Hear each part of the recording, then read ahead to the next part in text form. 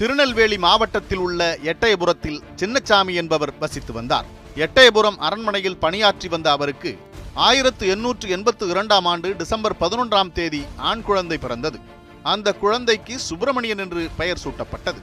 வீட்டில் இருந்தவர்கள் அனைவரும் அக்குழந்தையை சுப்பையா என்றே அழைத்து வந்தனர். சுப்பையாவுக்கு 5 வயது இருந்தபோது அவரது தாயார் லட்சுமி அம்மாள் உடல்நலக்குறைவால் காலமானார். சுப்பையாவின் தாத்தா ராமசாமி ஐயர் தான் அந்த சிறுவனுக்கு முதலில் தமிழ் கற்றுக் கொடுக்க தொடங்கினார். பாடம் கற்றுக்கொள்ள தொடங்கிய சில ஆண்டுகளுக்குள்ளாகவே சிறுவன் சுப்பையா சிறிய சிறிய கவிதைகளை எழுதத் தொடங்கினான். அதனை கவனித்த அவனின் தாத்தா எதிர்காலத்தில் சுப்பையா பெரிய கவிஞனாக வருவான் என ஆருடம் கூறினார். ஆனால் சின்னசாமி ஐயருக்கு தனது மகன் கவிஞனாக வருவதில் எல்லாம் விருப்பமில்லை.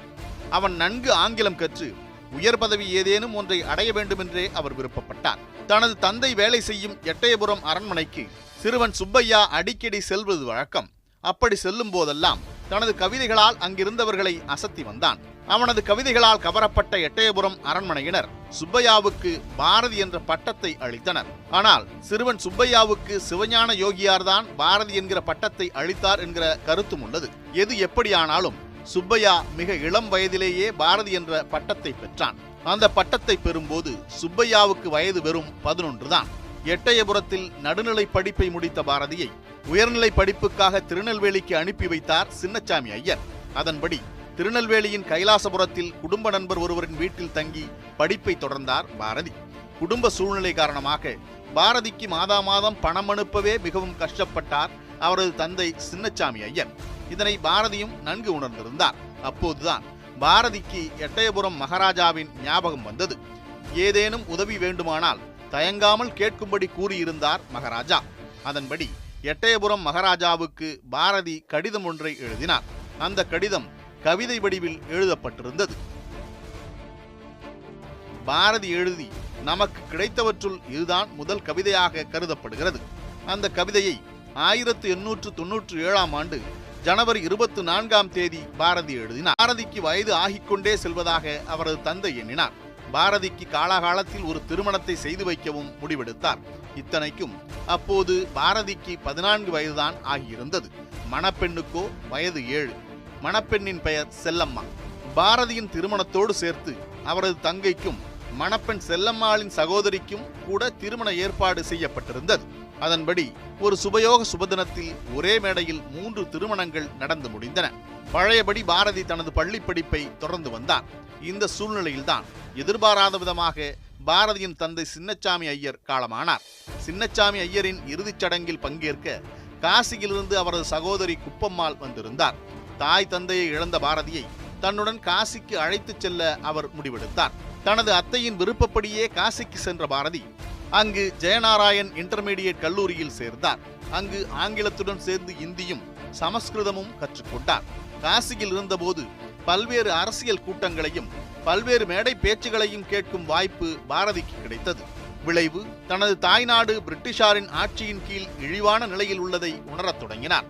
காசியில் இருந்த காலத்தில்தான் அங்கிருந்தவர்களின் பாதிப்பால் பாரதி மீசை வைத்துக் கொள்ளவும் தலைப்பாகை அணிந்து கொள்ளவும் தொடங்கினார். பாரதி கல்லூரி தேர்வில் முதல் வகுப்பில் தேர்ச்சியடைந்தார். பின்னர் சொந்த ஊர் திரும்பிய அவருக்கு எட்டயபுரம் அரண்மனையிலேயே வேலையும் கிடைத்தது. பாரதியின் திறமைக்கு தகுந்த வேலை என்று அதை சொல்லிவிட முடியாது.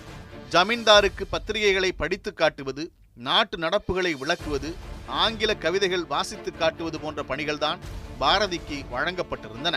அந்த சமயத்தில் சர்வஜன மித்ரன் என்ற பத்திரிகை ஒன்று வெளியாகி கொண்டிருந்தது. அதன் ஆசிரியர் பாரதியிடம் கட்டுரை ஒன்றை எழுதி தருமாறு கேட்டுக்கொண்டார். பாரதியும் எழுதி கொடுத்தார். பணம் படைத்த சிலர் செய்யும் அறமற்ற செயல்கள் குறித்து அந்த கட்டுரை எழுதப்பட்டிருந்தது. பாரதியின் வேலை பறிபோக அந்த ஒற்றை கட்டுரை போதுமானதாக இருந்தது. அந்த கட்டுரையை படித்த எட்டயபுரம் ஜமீன்தார் தன்னை விமர்சித்துதான் பாரதி அந்த கட்டுரையை எழுதியிருப்பதாக எண்ணி பாரதியை வேலையை விட்டு நிறுத்தினார். வேலையில்லாத நிலை, புதிய வேலை ஒன்றை தேட வேண்டிய சூழல். இத்தனைக்கும் பாரதியின் மனைவி செல்லம்மாள் அப்போது கர்ப்பமாயிருந்தார். பாரதியை மதுரைக்கு வரும்படி அவரது நண்பர்கள் சிலர் அழைத்தனர். அந்த அழைப்பை ஏற்று சங்கம் வளர்த்த மதுரையை நோக்கி பயணப்பட்டார் பாரதி.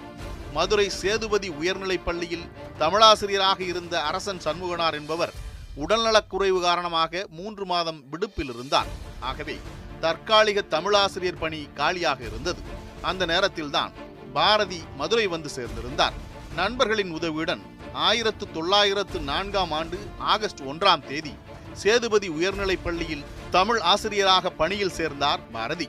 சரியாக 101 நாட்கள் அந்த தமிழ் ஆசிரியர் பணியில் அவர் இருந்தார்.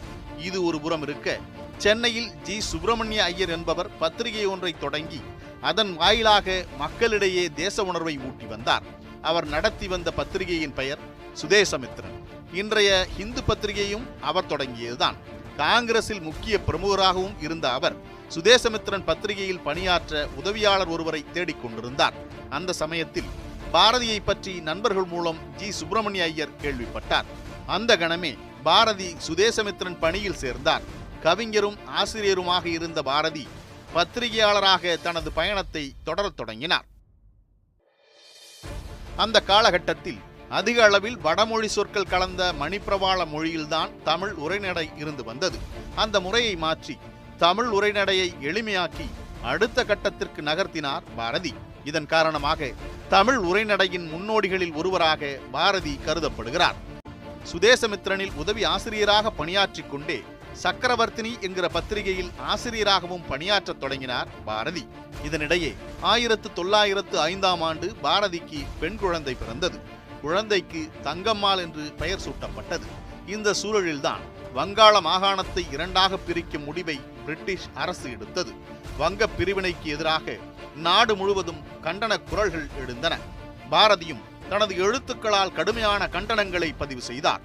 வங்கத்தில் இந்துக்கள் அனைவரையும் வந்தே மாதரம் பாடல் ஒன்றிணைத்தது. அந்த வந்தே மாதரம் பாடலை பாரதி தமிழில் மொழிபெயர்த்து சக்கரவர்த்தினி பத்திரிகையில் வெளியிட்டார். தமிழகத்தின் பல பகுதிகளில் பாரதியின் வந்தே மாதரம் பாடல் ஒலிக்கத் தொடங்கியது. சுதேசமித்திரனில் பாரதி நினைத்தவற்றையெல்லாம் எழுத முடியவில்லை. அந்த பத்திரிகை மிதவாத கருத்துக்களுக்கும் தீவிரவாத கருத்துக்களுக்கும் இடையே ஊசலாடிக் கொண்டிருந்தது. ஆகவே பாரதியின் உக்கிரமான எழுத்துக்களை அதில் வெளியிடுவதில் சில தயக்கங்கள் இருந்தன. ஆகவே இந்தியா என்கிற புதிய பத்திரிகை ஒன்றில் பணிக்கு சேர்ந்தார் பாரதி. இந்தியா பத்திரிகையில் பாரதியின் எழுத்துக்கள் அனலை கக்கின. விடுதலை குறித்த சிந்தனையை மக்களிடம் கொண்டு போய் சேர்க்கும் பணியில் அந்த எழுத்துக்கள் ஈடுபட்டன. நாட்டு விடுதலைக்காக சென்னையில் பாரதி தீவிரமாக இயங்கிக் கொண்டிருந்ததைப் போலவே தூத்துக்குடியில் ஒருவர் மிக தீவிரமாக இந்திய விடுதலை பணிகளில் ஈடுபட்டிருந்தார். வெள்ளையனுக்கு போட்டியாக கப்பல் வாங்க போகிறேன் எனவும் அவர் கிளம்பினார். அவர்தான் கப்பலோட்டிய தமிழன் என்று அழைக்கப்பட்ட வ.உ. சிதம்பரம் பிள்ளை. வேலை விஷயம் ஒன்றிற்காக சென்னைக்கு வந்திருந்த வ.உ.சி. இந்தியா பத்திரிகையில் வெளியான கட்டுரைகளை படித்துவிட்டு பாரதியை சந்தித்தார். இருவரும் நண்பர்களாக மாறினர். பல்வேறு போராட்டங்களில் இருவரும் இணைந்து செயல்படத் தொடங்கினர். பிரிட்டிஷாருக்கு எதிராக கப்பல் வாங்குவதில் உறுதியாக இருந்த வ.உ. சிதம்பரனார் தான் நினைத்ததைப் போலவே கப்பலை வாங்கி அனைவரையும் வாயடைத்து போக செய்தார்.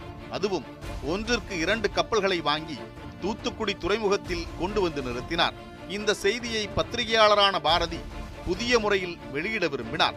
அதன் காரணமாக வ.உ.சி. கப்பல்கள் வாங்கிய செய்தியை தமிழ் பத்திரிகை துறைக்கு புதிய முறையான கார்ட்டூன் வடிவில் வெளியிட்டார். அந்த கார்ட்டூன் 1907ஆம் ஆண்டு மே 25ஆம் தேதி இந்தியா பத்திரிகையில் வெளியானது. பாலகங்காதர திலகரின் தீவிர அபிமானியாகவும் பாரதி இருந்தார். திலகரின் கருத்துக்களை முன்னெடுத்துச் செல்வதில் தீவிர முனைப்பும் காட்டினார். அதன் வெளிப்பாடாக 1908ஆம் ஆண்டு நண்பர்களுடன் இணைந்து ஜனசங்கம் என்கிற அமைப்பு ஒன்றை பாரதி தொடங்கினார். இந்த தருணத்தில் அரசுக்கு எதிராக செயல்பட்டார் என்பன உள்ளிட்ட காரணங்களை கூறி வ.உ.சி.யை போலீசார் கைது செய்தனர். வ.உ.சி.க்கு 40 ஆண்டுகள் சிறை தண்டனையும் விதிக்கப்பட்டது. தொடர்ந்து போலீசாரின் பார்வை பாரதியின் மீது விழுந்தது. பாரதியின் எழுத்துக்களும் பேச்சுக்களும் ஆரம்பம் முதலே ஆட்சியாளர்களுக்கு பெரும் குடைச்சலை தந்து கொண்டிருந்தது. எனவே இந்தியா பத்திரிகையில் தேசவிரோத கருத்துக்கள் இடம்பெற்றுள்ளதாக கூறி அதன் ஆசிரியரான பாரதியை கைது செய்ய போலீசார் முடிவெடுத்தனர். இதனை முன்பே யூகித்திருந்த இந்தியா பத்திரிகை நிர்வாகத்தினர் பாரதிக்கு பதிலாக சீனிவாசன் என்பவரை பத்திரிகையின் ஆசிரியராக நியமித்திருந்தனர். பாரதியை கைது செய்ய வந்த போலீசாருக்கு அதிர்ச்சி. பாரதி ஆசிரியர் இல்லை என்பதை அறிந்த போலீசார் பெயரளவில் ஆசிரியராக இருந்த சீனிவாசனை கைது செய்து அழைத்துச் செல்ல வேண்டியதாயிற்று. பாரதி எப்போது வேண்டுமானாலும் கைது செய்யப்படலாம் என்கிற சூழல் நிலவியது. ஆகவே பாரதியை பாண்டிச்சேரிக்கு தப்பிச் செல்லும்படி அவரது நண்பர்கள் வலியுறுத்தியதை அடுத்து அங்கு சென்றார். பாண்டிச்சேரி சென்றடைந்த பாரதி அங்கு குப்புசாமி ஐயங்கார் என்பவரது வீட்டில் வசிக்கத் தொடங்கினார். பாண்டிச்சேரி பிரெஞ்சு அரசின் கட்டுப்பாட்டில் இருந்ததால் அங்கு வைத்து தமிழக போலீசாரால் அவரை கைது செய்ய முடியவில்லை. எனினும் பாரதிக்கு அடைக்கலம் கொடுக்க கூடாது என குப்புசாமி ஐயங்காரை பிரிட்டிஷ் போலீசார் மிரட்டினர். இயல்பிலேயே பயந்த சுவாபம் கொண்டவரான ஐயங்கார் வெளவெளத்து போனார். இதனால் பாரதியார் வேறு இடத்திற்கு இடம் மாற வேண்டி வந்தது. தமிழகத்தில் நடத்தி கொண்டிருந்த இந்தியா பத்திரிகையை பாண்டிச்சேரியில் வைத்து நடத்துவது என ஏற்கனவே முடிவு செய்யப்பட்டிருந்தது. எனவே அச்சு இயந்திரம், பேப்பர், மை பாட்டில் உள்ளிட்டவை சகிதமாக இந்தியா பத்திரிகை நிர்வாகத்தினர் பாண்டிச்சேரி வந்து இறங்கினர். இந்தியா பாண்டிச்சேரியில் உதயமானது. நாட்டின் விடுதலைக்காக பாரதியும் இந்தியா பத்திரிகையும் இயங்கத் தொடங்கின. வ.உ. சிதம்பரனார் சிறைச்சாலையில் செக்கிழுக்கிறார் என்கிற செய்தி அந்த சமயத்தில் பாரதியை வந்தடைந்தது. தண்ணீர் விட்டோ வளர்த்தோம் சர்வேசா, இப்பயிரை கண்ணீரால் காத்தோம் என கண்ணீர் மல்கினார் பாரதி. இந்த நேரத்தில் வ.உ.சி இல்லாததால் சுதேசி ஸ்டீம் நேவிகேஷன் கம்பெனி நஷ்டத்தை சந்தித்தது. தமிழன் வாங்கிய கப்பல் நஷ்டத்தை சந்திக்க கூடாது என்று விரும்பினார் பாரதி. அது குறித்து விஜயா என்கிற பத்திரிகையில் பாரதி இவ்வாறு எழுதுகிறார்: இந்த கம்பெனி தோல்வியுற்றால் தென்னிந்தியர்களுக்கு இதைவிட பெரிய அவமானம் தேவையில்லை. ஆங்கிலேயரும் பிற அந்நியரும் நம்மை கீழ்த்தரமாய் கருதுவார்கள். ஏற்கனவே இந்தியர்கள் என்றால் அவர்களுக்கு கிள்ளுக்கீரை, அதிலும் தென்னிந்தியர்கள் என்றால் இன்னும் கேவலம். பாம்பே மக்களை நண்பர்களாகவும், பெங்காலிகளை புலிகளாகவும், மதராசிகளை அடிமைகளாகவும் பிரிட்டிஷ்காரர்கள் கருதுகிறார்கள். நம்முடைய மிக மிக முக்கியமான சுதேசிய தொழில் வணிகமும் விழுந்துவிட்டால் அவர்கள் மதிப்பில் நாம் எந்த அளவிற்கு இறங்கி விடுவோம் என்று சொல்லவும் வேண்டுமா என எழுதினார் பாரதி. இந்தியா பத்திரிகை பாண்டிச்சேரியில் தொடர்ந்து இயங்கினாலும் அதன் இதழ்கள் தமிழகத்திற்குள் வர தடை விதிக்கப்பட்டது. வேறு வழியில்லாமல் இந்தியா பத்திரிகையை மூட வேண்டிய நிலை ஏற்பட்டது. நாட்டின் விடுதலைக்காக உக்கிரமான பல கட்டுரைகளை வெளியிட்டு வந்த இந்தியா பத்திரிகை தனது பயணத்தை முடித்துக் கொண்டது. இந்த சமயத்தில்தான் அந்த மகிழ்ச்சியான செய்தி வந்து சேர்ந்தது. கல்கத்தாவிலிருந்து அரவிந்தர் பாண்டிச்சேரிக்கு வரப்போகிறார் என்கிற செய்திதான் அது. கல்கத்தாவில் போலீசாரின் பிடி இறுகியதால் அரவிந்தர் பாண்டிச்சேரி வர முடிவெடுத்து பாண்டிச்சேரி வந்து சேர்ந்தார். பாரதிக்கு சொல்ல முடியாத அளவில் மகிழ்ச்சி. அடுத்த சில மாதங்களிலேயே போலீசாருக்கு தண்ணீர் காட்டிவிட்டு மாறுவேடத்தில் பாண்டிச்சேரி வந்து சேர்ந்தார் வாவேசு ஐயர். பாரதியின் மகிழ்ச்சி இரட்டிப்பானது. பாரதி, அரவிந்தர், வாவேசு ஐயர் மூவரும் இணைந்து பல்வேறு விவகாரங்கள் குறித்து விவாதித்தனர். வாவேசு ஐயர் பாண்டிச்சேரியில் இருந்தபடி இளைஞர்கள் சிலரை திரட்டி அவர்களுக்கு தேக பயிற்சி கற்பித்தார். ஆயுத பயிற்சியும் வழங்கப்பட்டதாக கூறப்படுகிறது. வாஞ்சிநாதனுக்கும் அவர் ஆயுத பயிற்சி அளித்ததாக தெரிகிறது. 1911ஆம் ஆண்டு ஜூன் 17ஆம் தேதி திருநெல்வேலி கலெக்டர் ஆஷ் துரை தனது மனைவியுடன் ரயிலில் சென்று கொண்டிருந்தார். மணியாச்சி சந்திப்பிற்கு ரயில் வந்தபோது வாஞ்சிநாதன் ஆஷ் துரையை சுட்டுக் கொன்று விட்டு தானும் தற்கொலை செய்து கொண்டார். இந்த சம்பவத்திற்கு நேரடியாக இல்லாவிட்டாலும் மறைமுக காரணமாக இருந்ததாக குற்றம் சாட்டி கைது வாரண்ட் பட்டியல் பிறப்பிக்கப்பட்டது.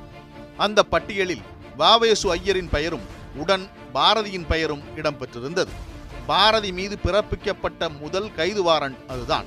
ஆனால் பாரதி பாண்டிச்சேரியில் இருந்ததால் கைது செய்ய முடியவில்லை. ஆஷ் கொலை வழக்குக்கும் தனக்கும் எந்த சம்பந்தமும் இல்லை என்பதை விளக்கும் வகையில் சென்னை ஆளுநர் பென்லாண்டுக்கு பாரதி கடிதம் ஒன்றை எழுதினார். தனது தேசிய கொள்கையில் எந்த மாற்றமும் இல்லை எனவும் அரசியல் போராட்டங்களிலிருந்து விலகி வெளிநாட்டு அரசின் கொடியில் கீழ் அமைதியாக வாழ்ந்து வருவதாகவும் பாரதி விளக்கினார். மேலும் தனது நடவடிக்கைகளை விசாரித்து அறிந்து கொள்ளலாம் என தெரிவித்த பாரதி தன் மீது கடுமையான நடவடிக்கைகள் எடுப்பதை தவிர்க்கும்படி கேட்டுக்கொண்டார். ஆஷ் என்கிற கலெக்டரை யாரோ ஒருவர் கொலை செய்ததற்காக அமைதியாக வாழ்ந்து வரும் தன் மீது வாரண்ட் பிறப்பித்திருப்பது சரியில்லை என்றும் அந்த கடிதத்தில் பாரதி குறிப்பிட்டிருந்தார்.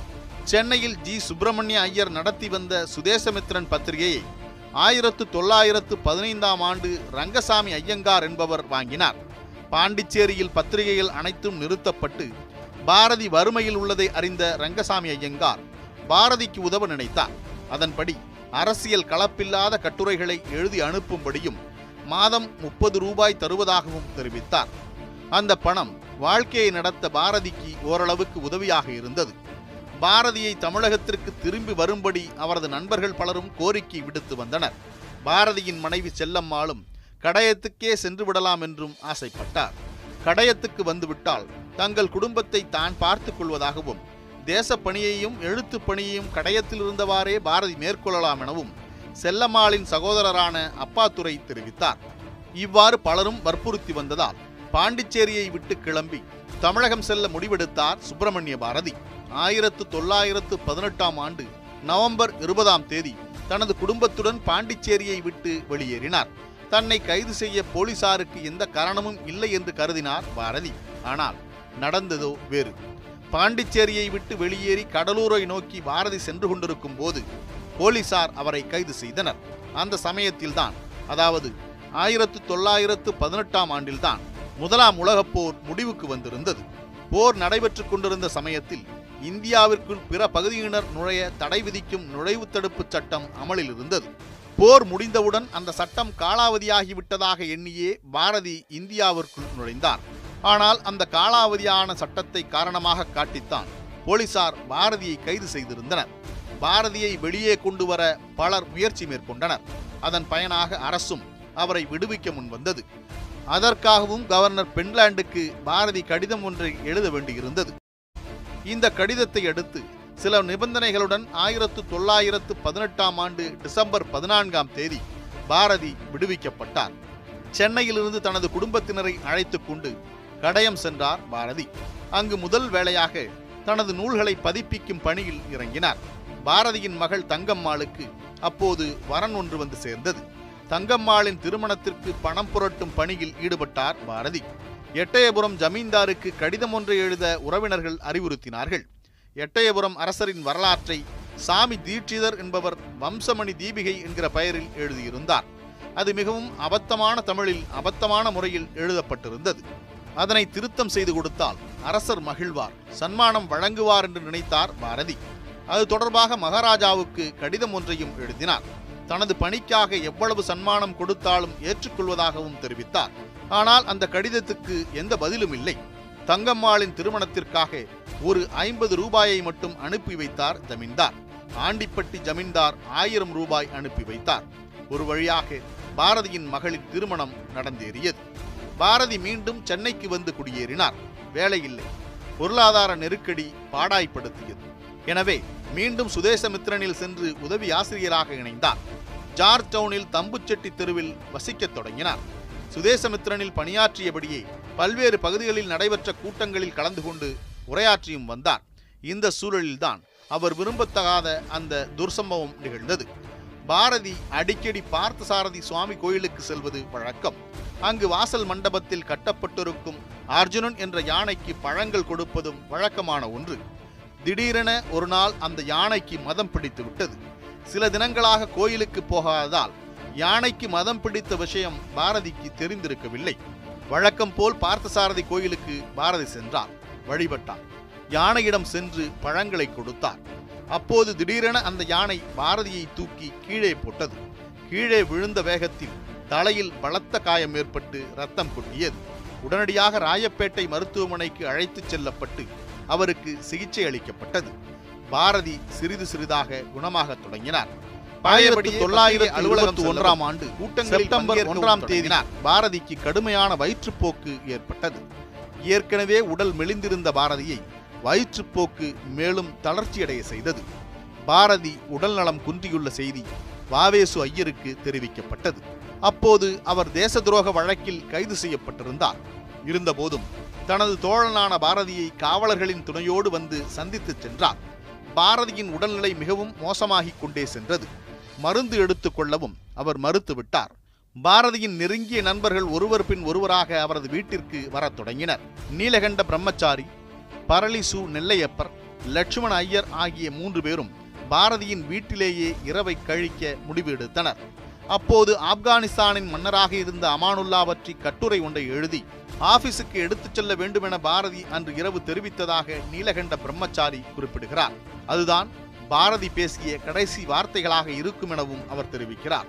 1921ஆம் ஆண்டு செப்டம்பர் 12ஆம் தேதி அதிகாலை சுமார் 1:30 மணி இருக்கும். பாரதிக்கு மூச்சு திணறல் ஏற்பட்டது. அத்துடன் சிறிது நேரத்தில் மூச்சும் நின்றது. பாரதி என்கிற மகா கவிஞன் மரணித்த போது அவருக்கு வயது வெறும் 38. கோயிலுக்கு அருகிலேயே பாரதியாரின் வீடு இருந்ததால் உடனடியாக உடலை எடுக்க வேண்டிய கட்டாயம் ஏற்பட்டது. அன்று காலை 8 மணிக்கு திருவல்லிக்கேணியில் உள்ள கிருஷ்ணாம்பேட்டை மயானத்திற்கு பாரதியின் உடல் எடுத்துச் செல்லப்பட்டது. பாரதிக்கு ஆண் வாரிசு இல்லாததால் யார் கொள்ளி வைப்பது என்ற கேள்வி எழுந்தது. முடிவில் பாரதியின் தூரத்து உறவினரான ஹரஹர சர்மா என்பவர் பாரதியின் உடலுக்கு கொள்ளி வைத்தார். தகவல் தெரிந்து பலர் வருவதற்குள் அனைத்தும் முடிந்திருந்தன. கவிஞனாக, ஆசிரியனாக, பத்திரிகையாளனாக, சித்தனாக, ஏன் கழகக்காரனாகவும் வலம் வந்தவர் பாரதி. தமிழின் புதுக்கவிதை பாரதியிடமிருந்தே தொடங்குகிறது. தமிழில் உரைநடையையும் அவர் அடுத்த தளத்துக்கு நகர்த்தினார். பார் மீது நான் சாகாதிருப்பேன் கண்டீர் என்று பாடிய பாரதி அந்த வாக்கின்படியே தனது பாடல்களின் மூலம் இன்றும் உயிர்ப்போடுதான்